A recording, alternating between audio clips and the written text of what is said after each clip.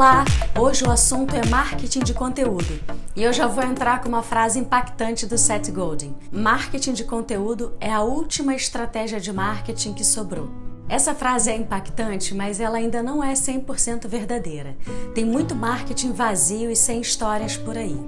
Mas o fato é que o marketing de conteúdo ele derrubou o império das propagandas e mudou a regra do jogo. Ninguém mais quer ser interrompido com aqueles logotipos dançantes com uma propaganda vazia que só quer vender, né? Que é compre aqui, logo, endereço ou telefone. As pessoas querem ouvir histórias, elas querem se informar, elas querem se envolver, se divertir. E propaganda sem conteúdo é o oposto disso. Na verdade, falar que mudou a regra do jogo é não saber história, né? Porque a verdade é que a gente voltou para a regra inicial. A educação do homem grego, por exemplo, já vinha inteira do storytelling. Era contando e recontando histórias em volta da fogueira, como a Ilíada e a Odisseia, que os valores eram passados através de gerações. Aqui pra gente chegou o Chapeuzinho Vermelho, pra gente aprender a não falar com estranhos. E as histórias, elas educam, elas passam valores. Mais do que falar, não ande com estranhos. Quando você escuta uma história que deu errado, aquilo te pega mais. E a gente evoluiu devagarzinho, muitas foram as mudanças no mundo que nos trouxeram até esse momento, né? Do marketing de conteúdo. Mas a contribuição mais importante do resgate da história, né, como metodologia, sem dúvida foi a internet com os seus buscadores e as redes sociais. Porque agora todos nós temos ferramentas para contar nossas histórias, né, para influenciar e entreter qualquer pessoa interessada. Se você tem mais de 40 anos, certamente você usou uma enciclopédia para fazer algum trabalho de escola. Imagina que a informação mais na mão, mais fresquinha, né, para uma família consumir, de teor mais sério, que não fosse revista, vinha de uma enciclopédia impressa, que demorava sei lá quantos anos para sofrer alguma alteração, alguma modificação de edição, que talvez você não comprasse, né, a gente não atualizava o nosso acervo de enciclopédia, era super caro. E aí a gente ficava restrito aos verbetes escolhidos pelo editor. Olha a diferença de hoje em dia, a facilidade que é você digitar no Google um termo e achar vários artigos interessantes sobre todos os assuntos do mundo indexados por relevância. Isso é impressionante. Hoje, todos os especialistas, os curiosos e o que mais existir nessa terra pode ter o seu canal para divulgar, né, para o mundo todo o seu ponto de vista. Então, antes o que era da faculdade, o que era, né, de um gueto, de uma situação XYZ, hoje está pulverizado na internet. E por que isso importa? Porque o ser humano ele gosta de buscar informações antes de tomar uma decisão, apesar de não ser muito bom nisso. Então, geralmente, antes de consumir algo ou se comprometer com alguma marca, a gente pesquisa na nossa nova Barça, né? Que é a internet e as redes sociais.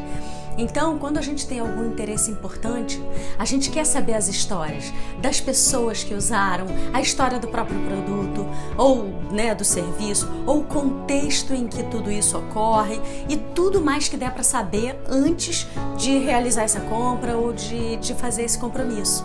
Mas ainda antes da internet, as propagandas elas já vinham ficando cada vez mais interessantes. As marcas que se sobressaem sempre têm alguma coisa legal na propaganda. Ela não pode ser só aquela logo animada, né? E um slogan, a marca e o telefone, né? Ela tem que entreter, informar, encantar, trazer alguma história, alguma beleza. Então, se a gente somar o descrédito das propagandas convencionais e desinteressantes com a necessidade das pessoas buscarem informações e escutar histórias, a gente tem a combustão perfeita para o marketing de conteúdo. O problema, porém, é que os profissionais de marketing muitas vezes veem o marketing de conteúdo como outra forma de propaganda e a mídia social como outra mídia de difusão. Alguns simplesmente transferem seus anúncios para esses novos canais sem reinventar o conteúdo e acabam lidando com esse conteúdo apenas como versões mais longas de um anúncio. Acreditamos que uma grande mudança de mentalidade é necessária. Na verdade, o conteúdo é o novo anúncio, mas os dois são totalmente diferentes. Um anúncio contém as informações que as marcas querem transmitir para ajudar a vender os seus produtos e serviços. O conteúdo, por outro lado, contém informações que os consumidores possam usar para alcançar seus objetivos pessoais e profissionais. Percebe a diferença? Fazer marketing de conteúdo depende de você descobrir o que é um bom texto para sua persona e também fazer uma boa distribuição. E para isso é importante dar atenção a algumas etapas. Não basta escrever um texto ao invés de fazer uma propaganda, o buraco é bem mais embaixo. Nesse vídeo eu vou te falar dos 8 passos do marketing de conteúdo que o Philip Kotler descreve no livro Marketing 4.0. Passo número 1. Fixação de metas. O que você quer atingir com a sua campanha de marketing de conteúdo?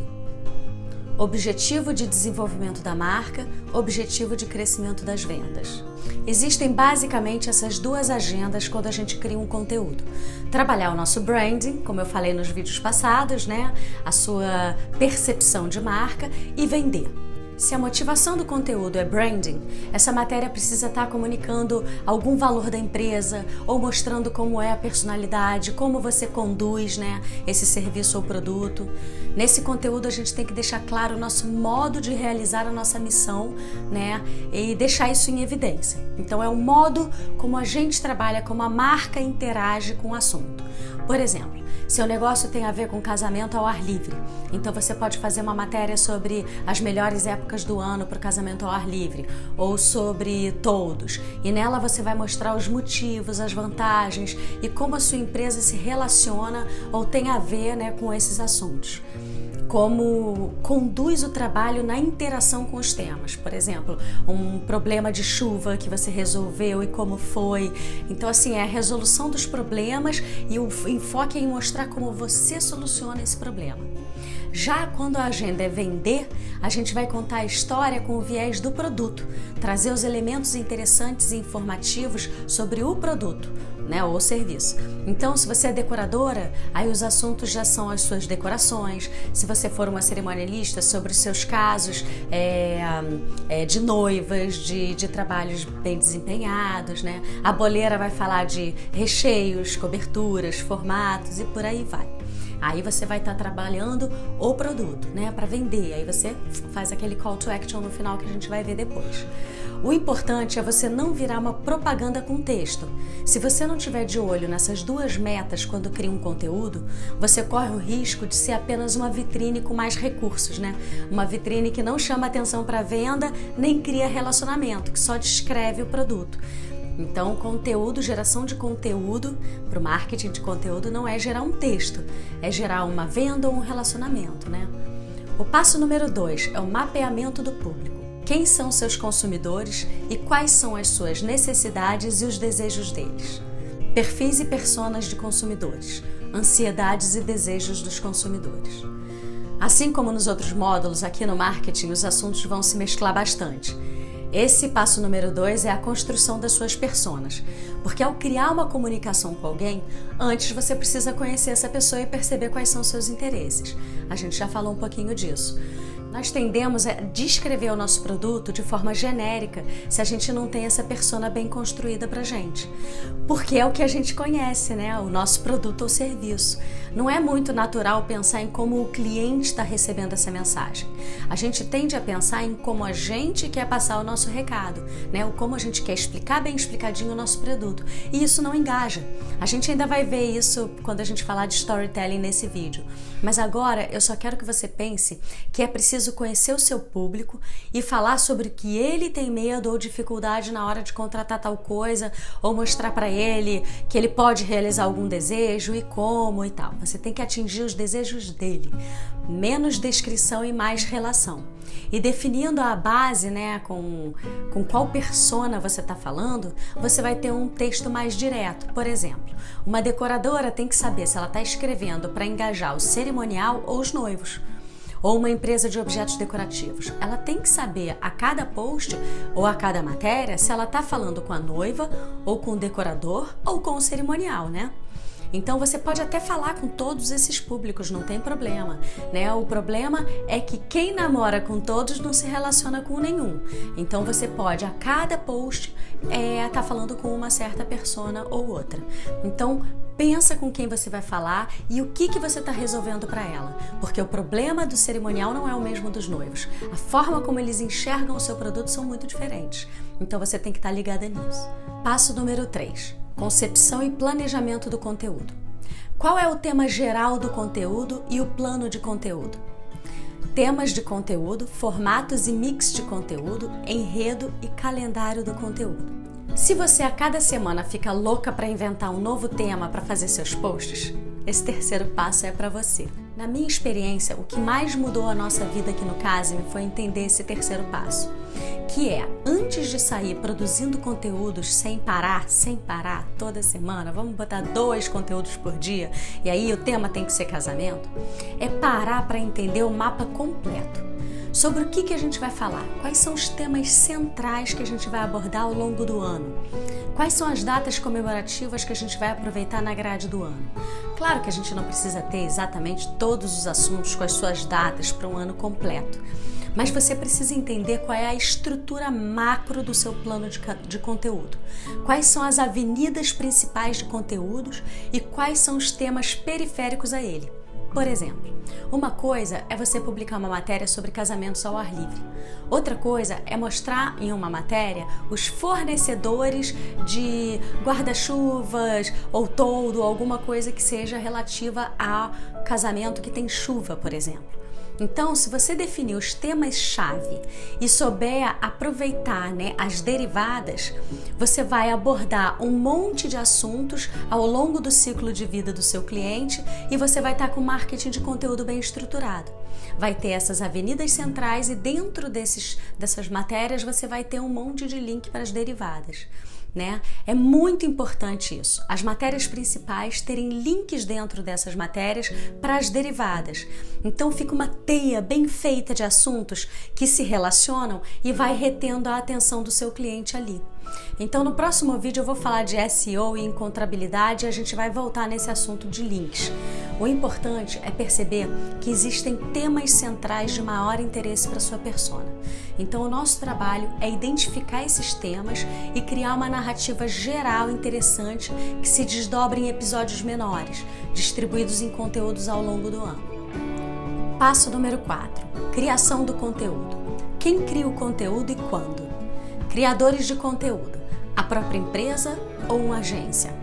Cronograma de produção do conteúdo. Uma das maiores ansiedades do nosso mercado é essa pressão de ter que gerar conteúdo. Afinal, esse é um trabalho complicado e que em si é um outro job, E tem recaído sobre os ombros dos empresários e empresárias essa função. Então, a solução são só 2. É cair dentro e entender um pouco mais desse ofício, Ou a solução pode vir de fora. Existem vários sites especializados em conectar redatores e designers com pequenos empresários. Não é tão complicado, é simples, é contratar uma redatora freelancer, onde você vai dar um briefing, ela vai trabalhar, vai te entregar o conteúdo e vocês vão fazer juntas. Criar um conteúdo muito bom é muito mais eficiente que pagar para aparecer em sites de casamento, por exemplo. Ao invés de alugar uma casa, você vai estar comprando, É claro que se você tem recursos para fazer os 2, excelente. Eu acredito que uma composição de várias frentes é a chave do sucesso, Mas se for para escolher um ou outro, não tenha dúvida, crie o seu conteúdo. Pega esse dinheirinho, contrata uma redatora e bota o seu conteúdo na rua. E aqui eu não estou falando só de redes sociais. É claro que um pocket desse conteúdo ele seria publicado nas redes sociais até para chamar atenção e chamar para a matéria. Mas aqui eu estou pensando em conteúdos mais extensos que são buscados no Google. Esses vão gerar autoridade. Quem só faz pílulas em Instagram, não tem como você ter uma autoridade baseada só em rede social, entendeu? Minha sugestão é que você, que está sem um plano de conteúdo definido ainda, você devia pensar em criar 3 ou 4 matérias muito boas, dentro do escopo principal das buscas dos noivos. Produzir ou contratar alguém para fazer 4 matérias matadoras com um super design bonito e um texto excelente. E aí você vai seguindo, observando esse conteúdo e o poder de conversão dele. Eu vou falar de conversão em um outro vídeo. Mas é isso, é você colocar um conteúdo na rua e ver qual é a resposta dele. Passo número 5, distribuição do conteúdo. Onde você deseja distribuir os itens de conteúdo? Canal próprio, canal pago, canal conquistado. Já falamos um pouquinho desse assunto no vídeo anterior, né? A distribuição do conteúdo é muito importante, porque de nada adianta produzir um material interessante se ele não alcançar o seu público, né? E isso é possível. Você pode fazer uma matéria maravilhosa, colocar lá na internet e ela ninguém entrar, tem uma manha. Mas essa questão eu vou falar no próximo vídeo. Para não errar na distribuição, você tem que pensar nessas 3 frentes. Seus canais próprios, como Instagram, Facebook, newsletter, site e tudo mais o que você mesmo pode distribuir, né? É seu call, você consegue distribuir nesses canais todos. E você tem a possibilidade de pagar para outros te distribuírem, como os anúncios, né, nas redes sociais, no Google e até em revistas de casamento. Então são empresas que vão prestar o serviço de distribuir o seu conteúdo. E o que o Philip Kotler chamou de canal conquistado, eu chamei de relacionamentos no vídeo passado. E ainda vamos ter um vídeo só para falar desse assunto, que são as recomendações, né? E o boca a boca, que os clientes defensores da nossa marca fazem organicamente. Então, assim, tentar engajar para alguém distribuir o seu conteúdo é muito importante, porque a gente gosta muito quando alguém fala da outra marca, vale mais do que quando a própria marca fala dela, né? Passo número 6, ampliação do conteúdo. Como você deseja alavancar os itens de conteúdo e interagir com os consumidores? Criar conversa em torno do conteúdo. Uso de propaganda boca a boca em influenciadores. Aqui nesse 6º passo a gente tem o pulo do gato. É quase um desdobramento do passo anterior, mas ao invés da distribuição acontecer por clientes defensores da marca ou por parceiros que repostam, a gente vai focar nas parcerias com pessoas influentes do seu segmento e empresas-chave para ampliar a distribuição do seu conteúdo pela influência e a agregação de audiência desses terceiros. Então aqui entram realmente os influencers, pode ser até fora da área de casamento, parcerias estratégicas com os canais de mídia, assessoria de imprensa e muitas outras ações que alcançam um novo público a partir de influências externas. Aqui no nosso mercado, além das revistas de conteúdo como o Casme, né, que aceita colaboração, você pode procurar fazer live com os influenciadores, pode buscar publicar uma matéria sua sobre o seu serviço ou produto em algum veículo de comunicação de massa, ou ainda fazer alguma parceria com eventos interessantes que promovam a sua marca junto com bons parceiros. O ponto é que a distribuição do conteúdo, ela não pode vir apenas dos seus canais, né? Foi o que eu estava falando. É importante que os outros propaguem também o seu conteúdo. E se esses outros forem pessoas que atingem outros públicos, de repente fora da área de casamento, é muito interessante. Mas pode ser dentro também. O importante é a gente galgar a audiência através da audiência de pessoas que já têm influência, né? Passo número 7. Avaliação do marketing de conteúdo. Quão bem-sucedida é a sua campanha de marketing de conteúdo? Métricas de marketing de conteúdo e realização do objetivo geral. Métricas não é um assunto para amadores. O tema parece simples e pode ser simples, mas até a gente acertar o passo, a missão é nebulosa, trabalhosa e ingrata. Então a gente vai desdobrar esse assunto aqui e ali até chegar nos últimos vídeos dessa jornada, onde eu vou fechar o assunto com mais profundidade. Porque métrica não é simples, parece, mas não é. E ela confunde. Se você tratar ela como se ela fosse fácil, ela vai te enganar. Para começar a mensurar o seu esforço em marketing, eu acho que o ideal é primeiro fazer essa separação básica entre as métricas estratégicas e as métricas táticas. As métricas estratégicas geralmente são aquelas do passo número 1, né? Que é vender ou posicionar a marca. Ou seja, você vai trabalhar o seu marketing para vender mais e se tornar mais conhecido. E você vai poder mensurar ao longo dos meses o retorno em vendas, né, e em novos contatos. Então, pensa apenas nesses 2 indicadores para mensurar. Começa simples, mas sem falha. Organize seu calendário na periodicidade que você definir. Pode ser semanal, quinzenal, mensal, trimestral, mas volta a sua atenção para esses números com constância e ritmo. Aí você mensura o quanto vendeu e você mensura quantos entraram em contato. Já a avaliação tática são as métricas relacionadas ao desempenho do próprio conteúdo ou ação de marketing. E aí existem muitas técnicas que você pode adotar para essa avaliação. Como eu segui aqui os 8 passos do Philip Kotler, eu vou seguir na proposta dele, que descreve 5 categorias de indicadores que a gente deve medir, que são a visibilidade, que é o alcance, né? A consciência que o seu público tem do seu serviço ou produto. Então, você pode ter uma tabela onde você anota o alcance que a sua marca teve no período. Esses dados, eles podem vir das impressões do Instagram, né? Aquele número de impressões mesmo, ou visitantes únicos no seu site. É um bom índice. Não vou falar muito não, para vocês terem poucos números para medir. A segunda métrica é a comunicabilidade, que tem a ver com o poder de engajar do seu conteúdo.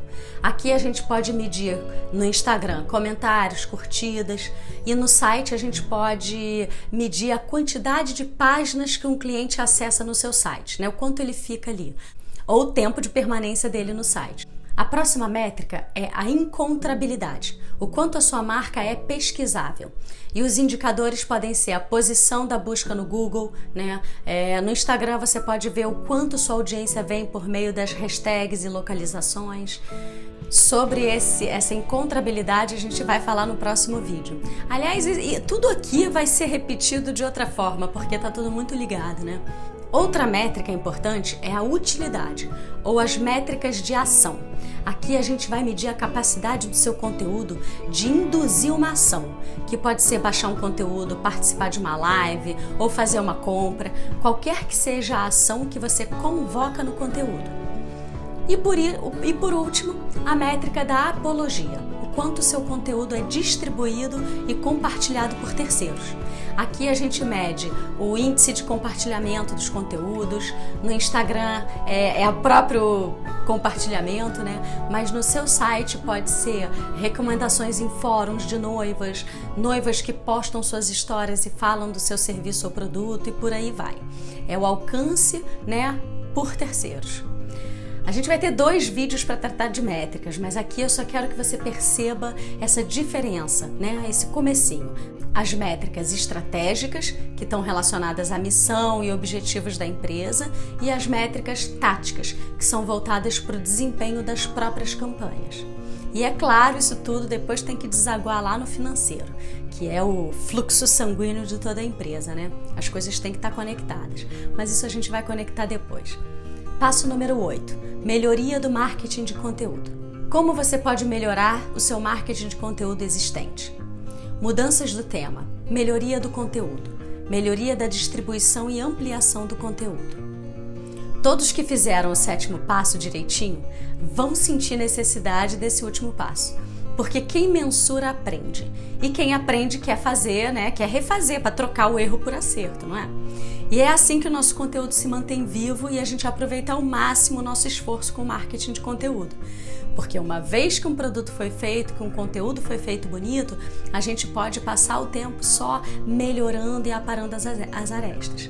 Percebe uma coisa, ao mesmo tempo que os assuntos mais importantes da sua área não vão mudar muito, né, nos próximos anos, tem algumas especificidades que mudam, né? Eu poderia ter falado de bolo de um modo genérico e hoje eu teria que fazer as adaptações para os bolos que estão se fazendo agora. Então, o melhor cenário é criar sua agenda de publicações e simplesmente atualizar todas as matérias de tempos em tempos. Uma vantagem do nosso segmento é que o ciclo de vida do nosso cliente, além de durar apenas, 18 meses em média, né? Quase sempre, é um cliente único. Então, o seu conteúdo, ele pode e deve se repetir a cada 18 meses ou 2 anos. Crie os seus conteúdos-chave e cuide deles para estar sempre atualizado, melhorando o design, acertando a sua encontrabilidade e tudo mais. Então a gente não pega um conteúdo e joga pela janela e ele acabou. Ele está vivo, né? Muita gente tem medo de criar um blog porque acha que é um compromisso que vai ter que ficar refém e escrever muito e eternamente e vai ser uma loucura. Mas e se não for assim? E se a manutenção não doer tanto? Você pode contratar uma redatora para fazer uma matéria por mês e depois que você já tiver alguns dos assuntos mais relevantes cobertos, mantém tudo atualizado e você vai poder ficar livre para criar conteúdos novos, né, de acordo com os acontecimentos que realmente valem uma nova matéria. Porque existem alguns temas centrais que não mudam, eles só têm uma manutenção simples. Então, esses foram os 8 passos, né, para o marketing de conteúdo eficiente. Mas eu acho importante esticar um pouquinho aqui esse vídeo para falar de storytelling, porque muita gente confunde o próprio marketing de conteúdo com storytelling. Afinal, não é uma propaganda, e sim um texto ou um vídeo. Mas a verdade é que o marketing de conteúdo é só a parte story, né? Que é o conteúdo a ser passado. Mas o telling é o formato, a linguagem, o modo como uma história é contada. Então, storytelling é conteúdo e forma. E a forma muda tudo. Principalmente se você souber usar um arquétipo para criar conexões com as pessoas. Joseph Campbell publicou um livro em 1949 que chama O Herói de Mil Faces, onde ele argumenta que existe um monomito, um mito universal que arrebata todos os seres humanos, e a prova disso é que 90% dos roteiros de filmes adotam esse monomito como base, que é a jornada do herói. Monomito é um mito só, né? É a história de um homem comum que teve em algum momento um vislumbre, algo maior, algum desafio, algum sonho grande, e aí ele sai na sua aventura com altos e baixos até um final feliz. Essa é a jornada do herói. E esse é o herói de mil faces, porque você pode aplicar esse modelo arquetípico em qualquer situação, gente. Qualquer situação. Desde contar a sua história, né, da noiva que queria tal coisa, e aí você lutou, sofreu e achou que não ia dar, e aí no final tudo deu certo. Ou a luta pelo vestido perfeito. Até uma matéria sobre uma casa de festa ou uma igreja pode se encaixar no monomito clássico do herói. Então, storytelling tem a ver com a forma como você conta a história. Qual é a atratividade dela? E aqui valem recursos de cores, palavras de apoio, sonoplastias, música e tudo mais. São recursos para gerar interesse e criar essas camadas de sensações e conexões. Isso é storytelling. É um storytelling quando você seduz, né? Não é quando você descreve. Descrever o seu produto ou serviço em um orçamento chato, prolixo, com muito texto, não é storytelling. Revista em quadrinhos são, memes são.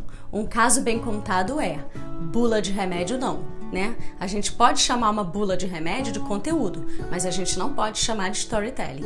Entende a diferença? Então, qualquer assunto pode se encaixar no monomito. Uma coisa desperta atenção, um desafio se apresenta e um final interessante fecha a roda. Simples. Mais ou menos 3 partes, né? Antes de fechar esse vídeo, eu quero te recomendar uma ferramenta muito legal, que vai além de saber o que os usuários estão buscando na internet. Ele ainda te sugere um monte de conteúdos baseados nas pesquisas. É o Answer the Public. Eu coloquei o link lá nas atividades extras. E no nosso canal no Telegram tem um vídeo que a Bia fez mostrando um pouquinho do videozinho de como funciona o Answer the Public. Mas ele é muito intuitivo. Entra lá e você já vai mexer.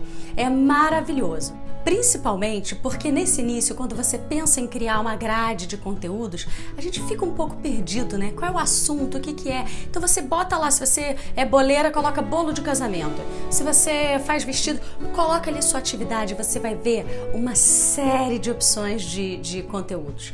E aí não deixa de entrar na internet, procurar esses conteúdos, ver o que eles estão fazendo para você fazer melhor e fazer um marketing de conteúdo melhor.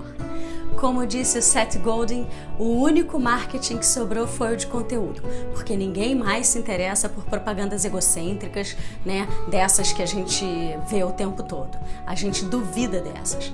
As pessoas querem que as marcas entreguem uma experiência, uma diversão ou uma informação, né, e não uma venda descarada. Querem saber o que deu errado, né? Afinal, a gente saiu da era do produto para a era da experiência. E isso é só um reflexo, tá tudo conectado.